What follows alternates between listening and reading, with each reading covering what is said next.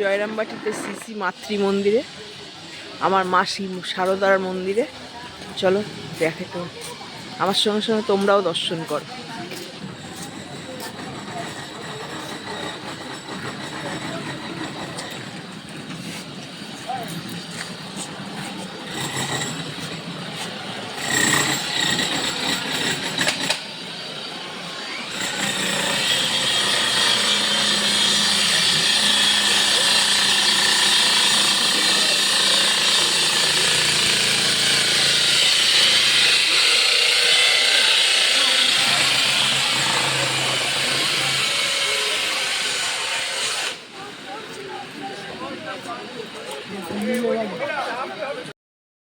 বন্ধুরা আমরা চলে এসেছি জয়রামবাটিতে।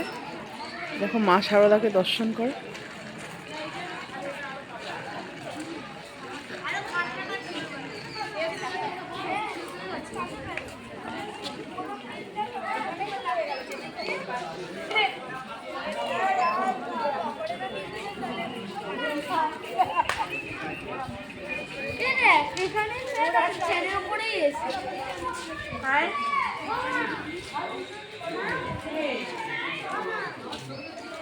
এখন সব বন্ধ, আবার দুপুর 3:30টার সময় সব খুলবে।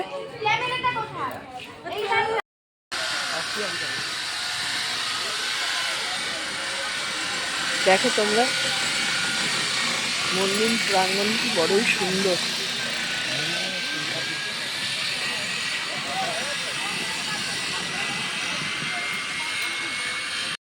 অদূরেই অবস্থিত মা সিংহবাহিনী মন্দির। এখানে মা চণ্ডী, মা সিংহবাহিনী, মা মহামায়া ও মা মনসাকে দেখা যাচ্ছে।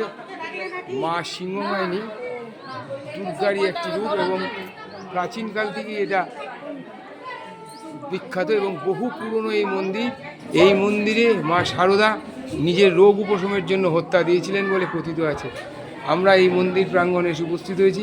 সবাই দর্শন করুন মাকে। আমাদের তরফ থেকে আপনাদের হয়ে সবার শুভকামনা প্রার্থনা করি।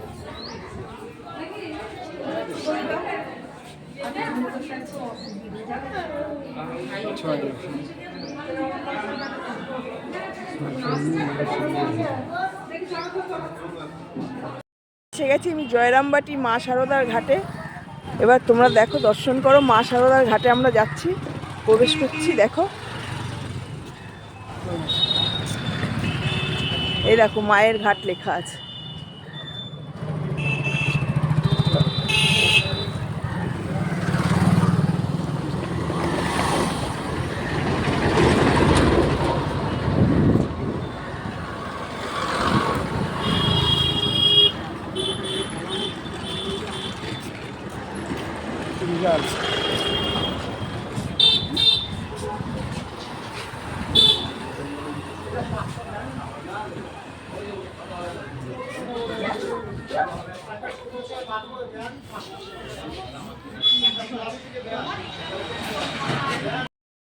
দেখো বন্ধুরা, প্রাচীনকালে এখানে অনেক বড় বড় ঘাস হতো। মা সারদা তার বাড়ির গরুর জন্য এখান থেকে ঘাস কেটে নিয়ে তারপরে এই পুকুরটিতেই স্নান করে বাড়ি ফিরতেন। দেখো খুব পুণ্য স্থান, দর্শন করাও মহা সৌভাগ্য। মায়ের পদধূলি এই পুকুরের এই স্থানে পড়েছে।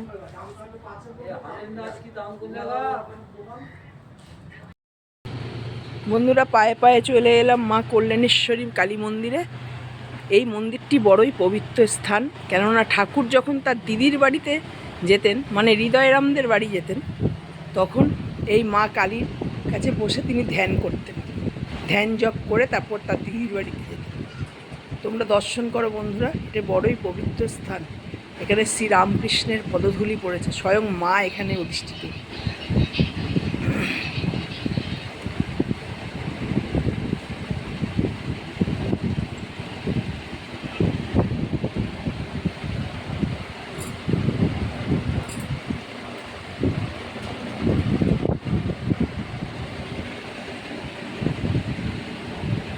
কত সুন্দর মায়ের মুখ আমার।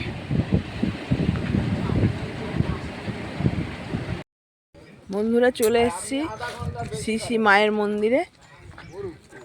খুবই দ্রষ্টব্য স্থান একটি। এখানে শ্রী মা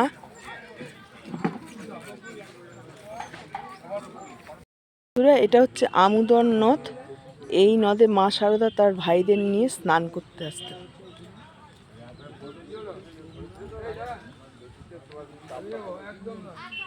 নদটি এখন বড়ই অপরিষ্কার অবস্থায় রয়েছে, কিন্তু তাও এটি পবিত্র স্থান। মা শারদার চরণের ছোঁয়া আছে, তোমরা দর্শন করো। নদটার নাম হচ্ছে আমুদর নদ।